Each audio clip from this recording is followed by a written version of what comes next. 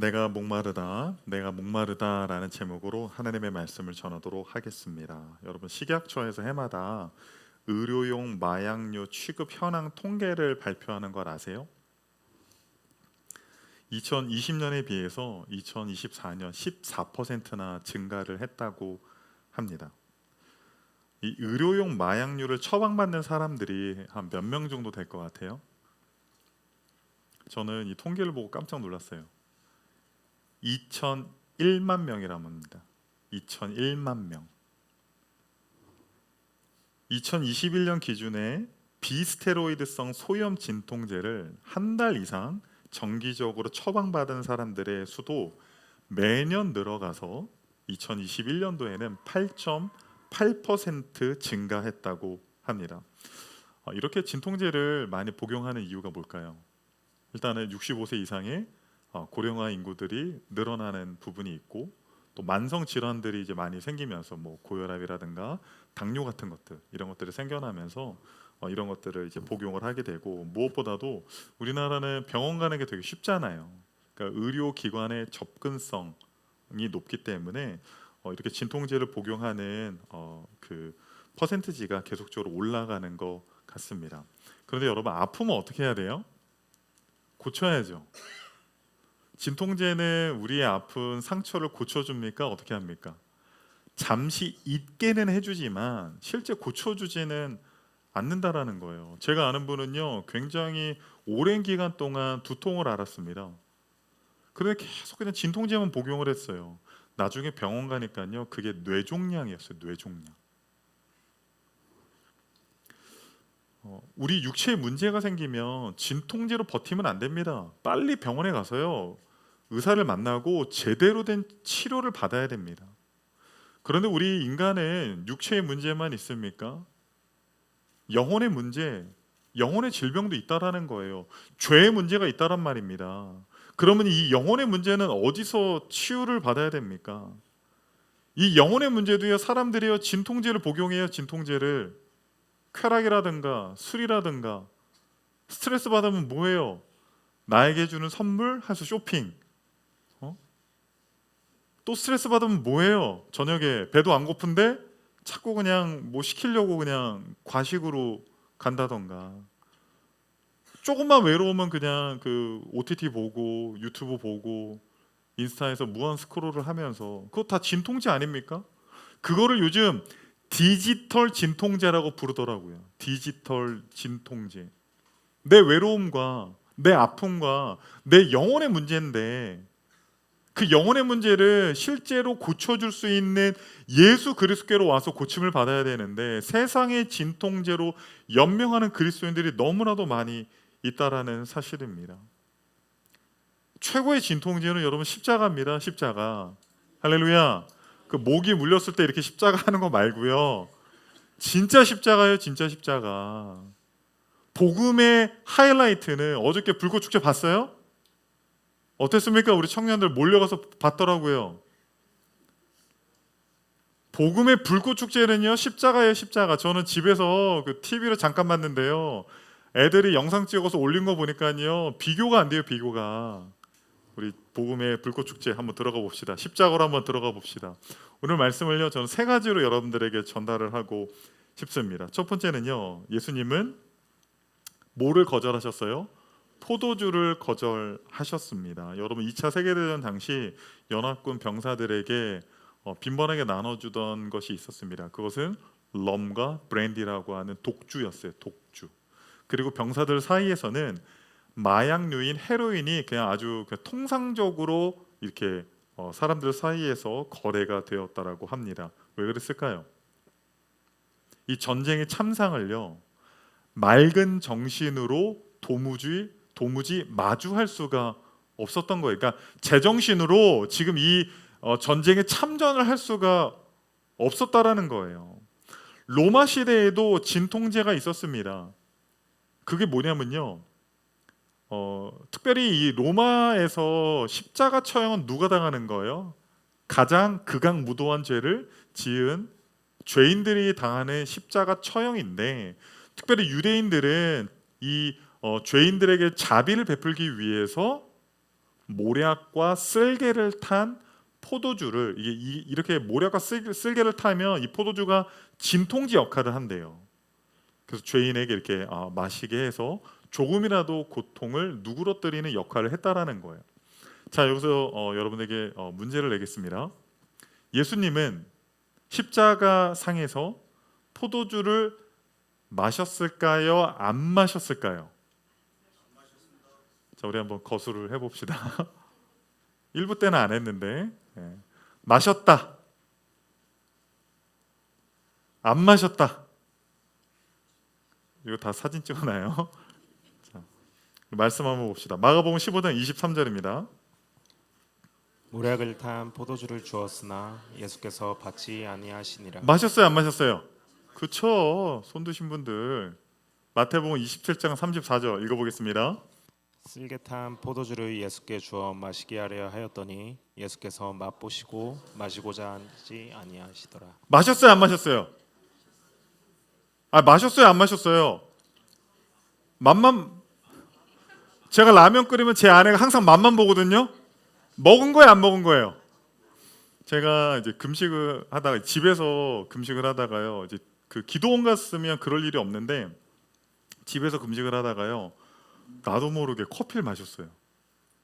그냥 물이랑 커피랑 이렇게 냉장고에 넣었는데 그냥 자연스럽게 이렇게 해가지고 커피를 마신 거예요. 이거 금식이 아니에요. 너무 찝찝한 거야. 와, 이거 어떡하지? 첫째 날이었으면 그냥 내일부터 하자 이랬을 것 같은데 둘째 날이니까 이거 그냥 돌이키기도 힘들고 이제 하루만 더 버티면 되는데 너무 그냥 막 찝찝한 거예요. 주님 아시죠? 하고 이제 다시 이제 물만 마시고 했는데, 사복음서를 볼 때는요, 여러분 조금 다른 관점이 있어요. 그러니까 예수님의 생애를 4명의 기자가 여러 측면에서 보잖아요. 제가 여러분 최명수 권사님 이렇게 보는 거랑 뒤에 있는 이주연 집사님이 뒤에서 보는 거랑 같아요, 달라요? 다르죠.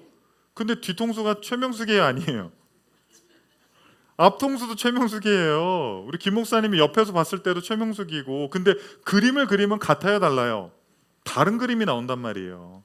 사복음서에서 마태복음에서 마태가 맛을 봤다라는 의미는 뭐냐면 먹었다라는 그런 의미보다 예수님께서 이 포도주를 거절해야 되거든요. 마시면 안 돼요. 그 이유가 있습니다. 그런데 그것을 무의식 상태에서, 혼절한 상태에서 먹을 수 없었던 게 아니라 의식이 있었던 거예요. 의식.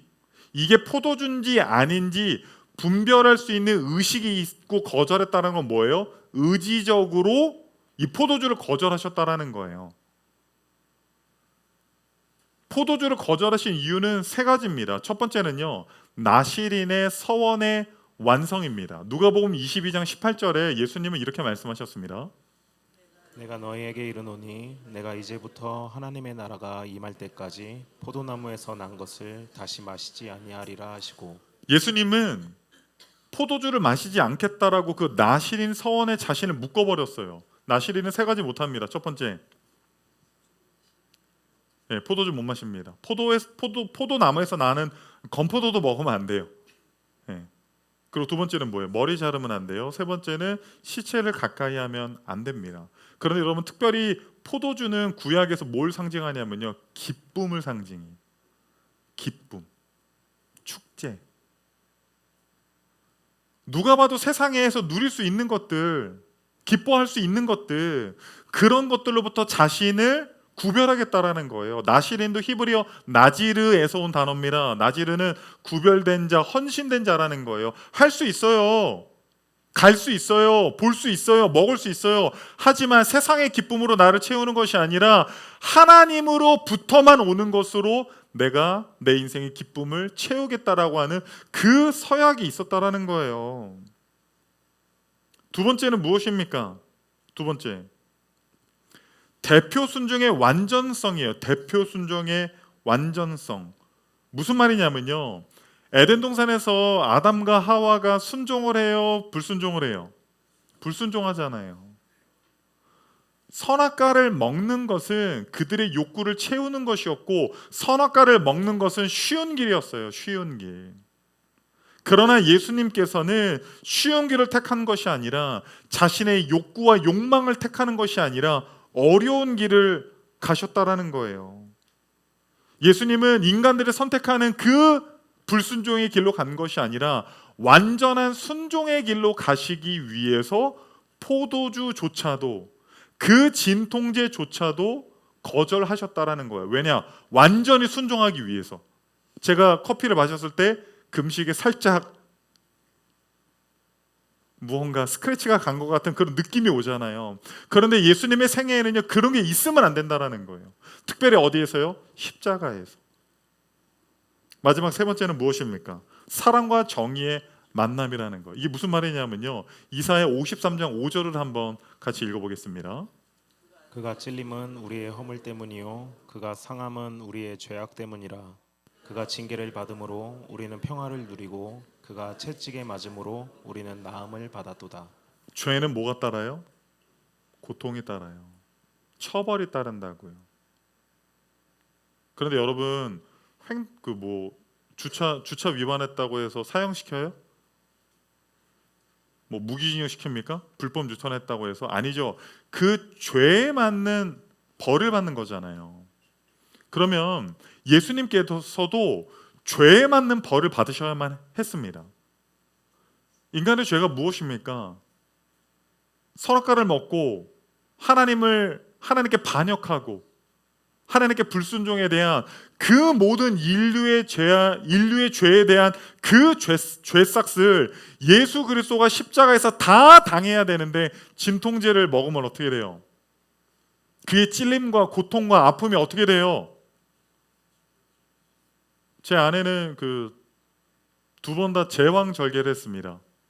제왕절개 하신 분. 네. 아파요, 안 아파요? 집사님, 아파요, 안 아파요? 솔직히 말해요. 내가 너 배 아파서 나왔어, 그런 말을 못 하는 거야. 네. 안 아파요, 안 아파. 왜냐면 진통제 가르는지도 몰랐대요. 워낙 진통제가 세니까. 물론 이제 그 이후에 후유증과 또 아픔은 또 사실 있기는 하죠. 그런데 예수님이 십자가를 지시는데 진통제를 먹고 야, 내가 너희들 때문에 이런 고통을 당했다라고 말하는 게 성립이 안 되는 거예요. 예수님은 우리의 죄 때문에 찔려야 됐고 고난당하셔야 됐고 죽으셔야만 했는데, 그 포도주를 마신다라는 것은 있을 수 있는 일이 아니라는 거예요. 우리는 여기서 충격적인 진리를 발견하게 되는 거죠. 우리는 삶을 살아갈 때 어떻게 살아갑니까? 조금만 아프면 그냥 진통제, 조금만 어려우면 그냥 쉬운 길, 뭐 조금 하다 보면 안 되면 그냥 돌아가 버리는 삶이 우리의 삶이라는 거예요. 그런데 예수님께서는요, 편함보다는 고통을 택하셨고요, 쉬운 길보다는 어려운 길을 택하셨고, 진통제를 드실 수 있었음에도 불구하고 합법적이었어요. 예수님이 달라고 한 것이 아니라 십자가에 못 박히는 모든 사람들에게 주어지는 자비의 합법적인 통로였음에도 불구하고 그는 그것들을 거절하셨다라는 사실입니다. 두 번째는 무엇입니까? 예수님은 신 포도주를 받으셨습니다. 우리 요한복음 19장 29절 30절을 한번 읽어보겠습니다. 거기 신 포도주가 가득히 담긴 그릇이 있는지라. 사람들이 신 포도주를 적신 해면을 우슬초에 메어 예수의 입에 대니 예수께서 신 포도주를 받으신 후에 이르시되 다 이루었다 하시고 머리를 숙이니 영혼이 떠나가시니라. 네, 예수님은 포도주는 거절하셨지만 신 포도주는 드셨습니다. 예수님은 입맛이 신 걸 좋아해. 제 큰누님이 임신했을 때 초고추장에 밥을 비벼 먹었어요. 자꾸 신게 땡긴다고. 예수님은 신 걸 좋아하십니다. 말씀 마치겠습니다. 이렇게 하면 안 되는 거잖아요. 아니, 왜 포도주는 왜 거절하시고 신 포도주는 왜 드시지? 이런 궁금증이 그냥 일어나야 돼요. 근데 이거는 생각보다 금방 해결됩니다. 이게 헬러로 옥서스라고 하는 단어인데요, 킹 제임스 버전에 이렇게 번역을 했습니다. 어떻게 번역했어요? 비네가, 식초예요. 식초. 이거 로마 군병들이요, 이 식초에 물을 타서 포스카라고 하는 음료로 많이 마셨대. 포카리 스웨트 같은 거라고 생각을 하시면 돼요. 그래서 이제 체력을 보충하기도 하고 갈증 해소용 음료로 이것들을 마셨는데 로마 군병들이 이 포스카를 주어서 예수님이 마셨어요. 갈증 때문에. 십자가에 못 박히면요, 일단 어떻게 돼요? 손과 발에 못이 박히기 때문에 어떻게 해요? 피와 물이 몸에서 계속 빠져나와요. 그래서 두 가지 엄청난 고통을 느끼는데요. 첫 번째는요, 두통이에요. 두통. 머리가 깨질 것 같은 두통을 느끼고요. 두 번째는 혀가 입 천장에 달라붙는 갈증을 느낍니다. 저도 이야기를 하다 보면 이렇게 그냥 이렇게 좌담식으로 이야기할 때는 막 이렇게 언성을 높일 필요가 없잖아요. 그런데 앞에서 설교를 웅변적으로 하다 보면 목이 마를 때 계속 이제 목을 축이지 않습니까? 물을 왜 마셔요? 말을 하려고 마시는 거예요. 예수님께서 신포도주를 마시신 거는 갈증 때문에 드신 건데 단순히 자신의 고통 때문에 드신 게 아니라는 거예요. 그러면 포도주도 드셨어야만 하는 거 아닙니까? 그런데 포도주를 거절하시고 신포도주를 드신 이유는 무슨 이유입니까? 요한복음 19장 30절 다시 한번 읽어보겠습니다. 예수께서 신포도주를 받으신 후에 이르시되 뭐라고 말씀하세요? 뭐라고 말씀하세요? 다 이루었다. 다 이루었다. 뭘요? 구속사역을. 예수님이 이 땅에 오신 진정한 이유가 뭡니까? 문둥병자 고쳐주려고? 안진뱅이 일으키려고? 눈먼 자 눈을 뜨게 하려고? 그것은 단편적인 거예요. 예수님이 이 땅에 오신 진정한 목적은 인류의 모든 죄를 본인이 끌어안고 십자가에 못 박혀 죽으심으로 말미암아 우리의 모든 죄를 다 사하시기 위해서, 그 구속사역을 다 이루었다라는 것을 선포하기 위해서 신포도주를 마신 겁니다. 예수님은 우리와 같은 똑같은 인간이었어요. 목이 마르셨다니까요. 갈증을 느끼셨습니다. 여러분, 우리 인생에 갈증을 느끼는 이유가 뭐예요? 돈 때문입니까? 사람 때문입니까? 뭐 때문입니까? 우리 인생에 진정으로 갈증을 느끼는 문제는 영혼의 문제가 해결이 안 되기 때문이에요. 죄의 문제가 해결이 안 되기 때문입니다. 우리의 갈증이 해소되는 이유는, 우리의 영혼의 목마름이 해소되는 이유는 하나님이신 그분께서 인간의 몸을 입고 이 땅에 오셔서 우리를 위해서 사시고 가르치시고 죽으시고 특별히 십자가에서 우리 대신 목마르셨기 때문에, 그분의 목마름 때문에 우리의 영혼의 목마름이 해결된 것 아닙니까? 여러분, 요한복음 4장에 나오는 사마리아 여인 어떻습니까? 인생에 목마름이 있었어요. 왜 그녀가 5번이나 남자를 바꿨겠어요? 아무나 할 수 있는 겁니까 이게? 이놈도 아니고 저놈도 아니고 계속 바꿔도 안 되는 거예요. 그 인생에 목마름이 있을 때 요한복음 4장 13절과 14절에서는 우리 주님께서는 뭐라고 말씀하십니까? 우리 다 같이 큰 소리로 한번 읽어보겠습니다.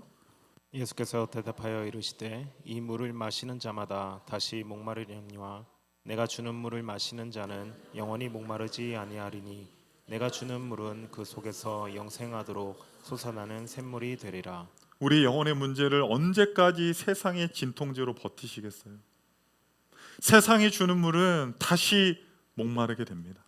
그러나 영원히 목마르지 않는 그 예수 그리스도께서 주시는 그 생수, 그 십자가를 바라볼 때 우리의 영혼의 문제가 해결될 줄 믿습니다. 마지막 세 번째입니다. 예수님은 성경 말씀을 이루셨습니다. 우리 오늘 본문 요한복음 19장 28절을 같이 한번 읽어보겠습니다. 그 후에 예수께서 모든 일이 이미 이루어진 줄 알시고 성경을 응하게 하려 하사 이르시되 내가 목마르다 하시니. 유대인들은 메시아가 오면 이러한 일들을 할 것이라고 믿었어요. 그 일은 무엇이냐면 치유 사역이에요. 치유 사역. 그런데 그냥 치유 사역이 아니라 인간이 고칠 수 없는 병을 고칠 거라고 믿었어요. 특별히 눈먼 자들을 눈뜨게 하고 안진뱅이들을 일으키고 문둥병자를 고치는 그러한 일들을 누군가가 메시아라고 주장한다면 그러한 일을 해야만 한다라고 생각을 했습니다. 그런데 예수님께서 이 땅에 오셔서 그러한 일들도 행하셨지만 예수님께서 이 땅에 오셔서 자신의 메시아됨을 증명하기 위해서 반드시 필요한 것은 뭐냐면 구약에 예언되어 있는 메시아에 대한 말씀을 이루셔야만 했어요. 성취해야만 했습니다. 예수님께서 베들레헴에서 태어나신 것도, 이집트로 피난 가신 것도, 태어나신 것은 베들레헴이지만 자라나신 곳은 어디예요? 나사렛. 사역은 어디서 하셨어요? 갈릴리. 예루살렘에 들어갈 때 못 타고 들어갔어요. 그렇죠? 그리고 예수님이 은 30에 팔리는 것도, 그리고 돌아가실 때 뼈가 꺾였어요? 안 꺾였어요? 안 꺾였어요. 이 모든 것들이 예언되어 있는 거예요. 그냥 즉흥적으로 하는 게 아니라는 거예요. 시편 69편 21절을 한번 읽어보겠습니다. 그들이 쓸개를 나의 음식물로 주며 목마를 때에는 초를 마시게 하였사오니. 네, 식초를 먹은 것도, 신포도주를 마신 것도요, 이게 다 예언되어 있다라는 거예요. 시편 69편은 다윗의 시편입니다. 다윗이 지었지만 이것을 메시아 시편이라고 보통 이야기를 합니다. 그런데 이 69편에 기록되어 있는 메시아에 대한 예언을 예수님께서 다 완성하시거든요. 한번 띄워주시겠어요? 다윗은 성전을 사모하는 열정에 대해서 이야기를 하세요. 예수님은 성전을 정화하시는 일들을 하시죠. 그리고 다윗은 이유 없이 미움받는 것에 대해서 이야기를 하는데 예수님도 죄가 없으신데 사람들에게 미움받는 이야기가 나옵니다. 세 번째는요, 다윗 역시도 가족들에게 외면을 받아요. 예수님 역시도 가족들에게 또 형제들에게 외면받고 형제들이 믿지 않는 일들을 경험하신다라는 거예요. 그리고 마지막 조각은 뭐예요? 목마를 때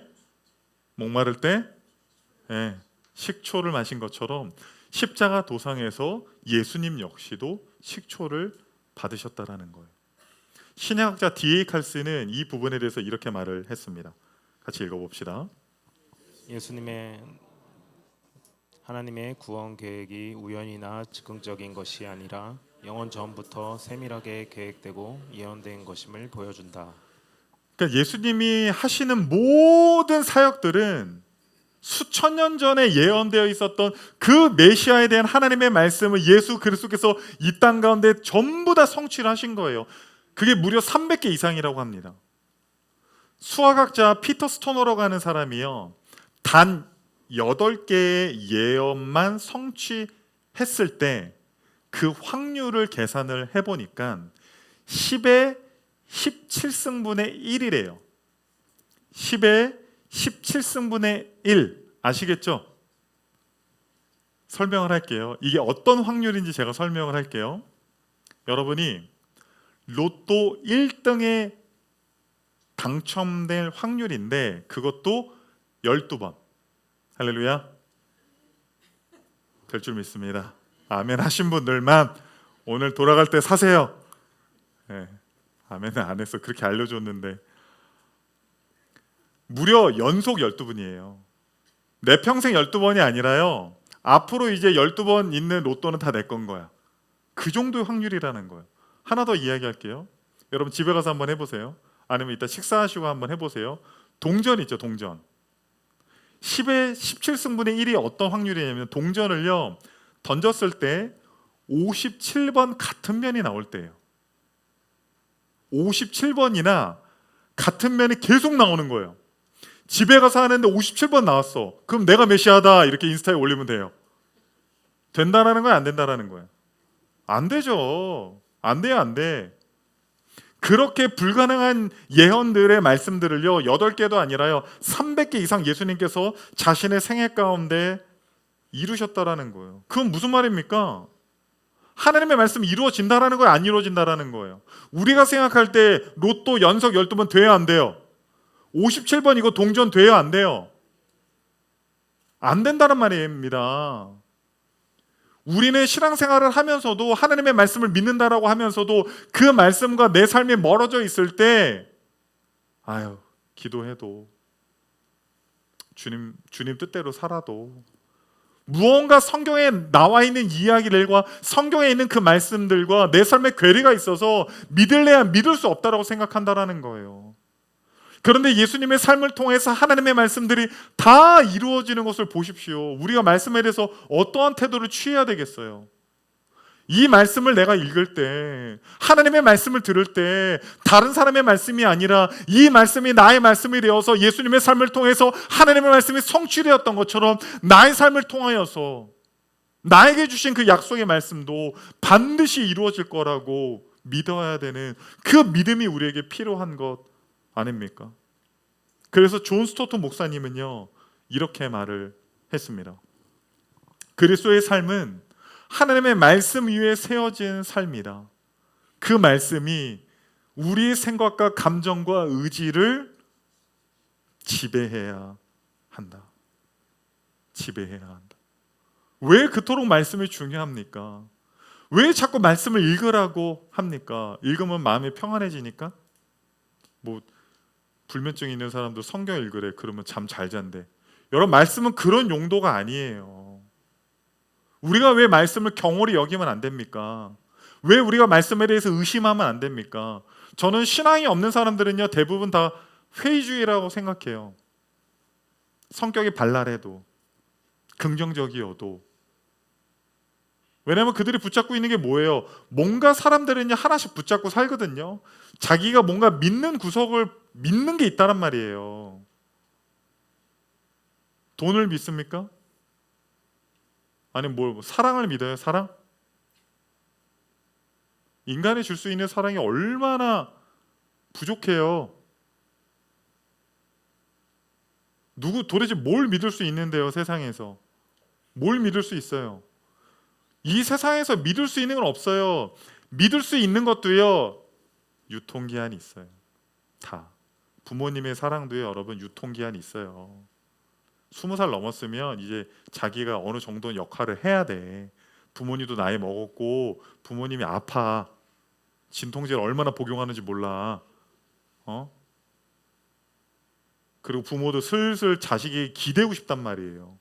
그러면서 싸우는 거예요. 그러면서 싸우는 거. 왜냐면 옛날에 그 엄마가 아니야. 옛날에 그 강인했던 아빠가 아니야. 그러면서 이제 금이 가기 시작하는 겁니다. 여러분, 이게 우리가 인간 사는 세상 아닙니까? 도대체 뭘 믿으면서 살 수 있어요? 친구요? 결국에는 믿을 게 없어요. 믿을 게. 그런데 우리가 이 예수님의 삶을 통해서 뭘 믿게 돼요? 하나님의 말씀은 반드시 이루어지는구나. 하나님의 말씀 반드시 이루어지는구나. 그 축복의 말씀들이 성경 66권에 그렇게 많이 기록이 되어 있는데, 여러분 한 주간 얼마나 말씀 읽으셨어요?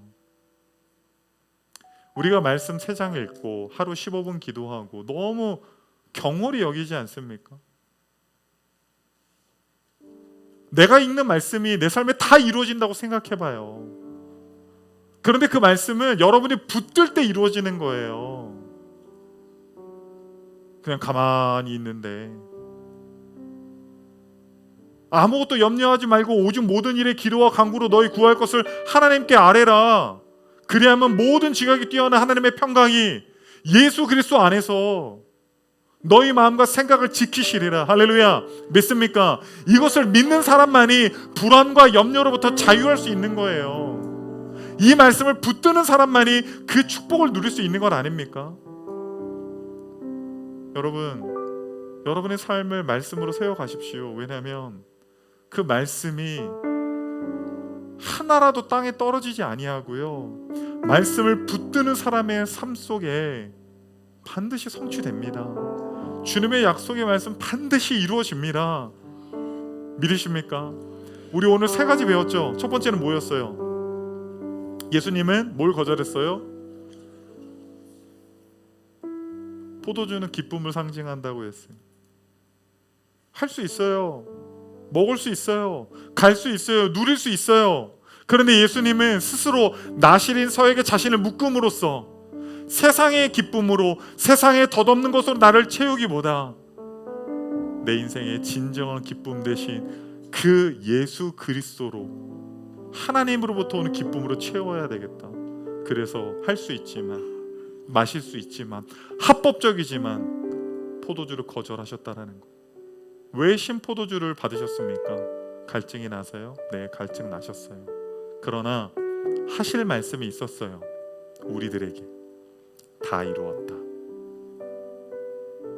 사탄은 뭐라고 합니까? 사탄은 우리에게 계속 정죄해요. 야, 너 같은 죄인이, 야, 네가 수련회 때 받은 은혜가 그 은혜냐? 네 모습을 봐. 지금 네 모습을 봐. 얼마나 하나님으로부터 멀어져 있는지. 너까지 걸 하나님이 쓸 것 같아? 야, 교회도 오지 말아라. 얼마나 우리의 마음에 정죄감을 줍니까? 얼마나 내 인생을 쓰레기 같다라고 사탄은 우리에게 정죄하는 마음을 줍니까? 그러나 그리스도 예수 안에 있는 모든 자에게는 정죄함이 없나니. 왜냐하면 주님께서 다 이루셨기 때문이. 그리고 세 번째 말씀 뭐였습니까? 성경 말씀은 예수님이 이루셨어요. 우리에게 주시는 말씀들, 그 주님의 말씀은 절대 땅에 떨어지지 않습니다. 반드시 이루어집니다.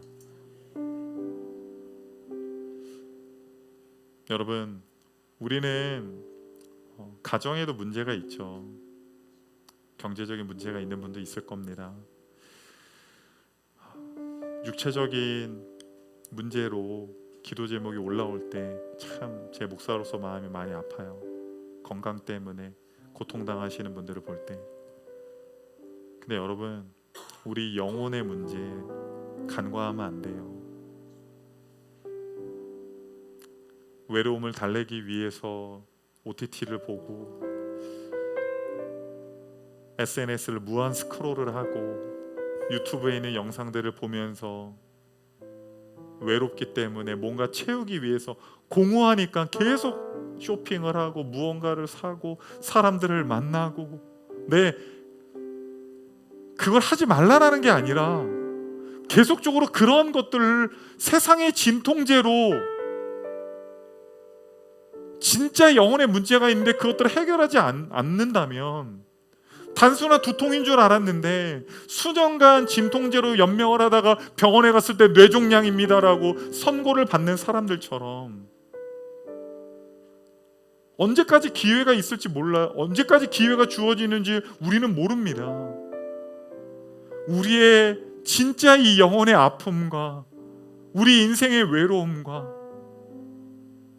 내 문제를 가지고 주님께로 가자고요. 십자가로 가자고요. 십자가에 계신 그 예수 그리스도께서는 그 사랑으로 우리를 안아주실 겁니다. 믿으십니까? 믿으십니까?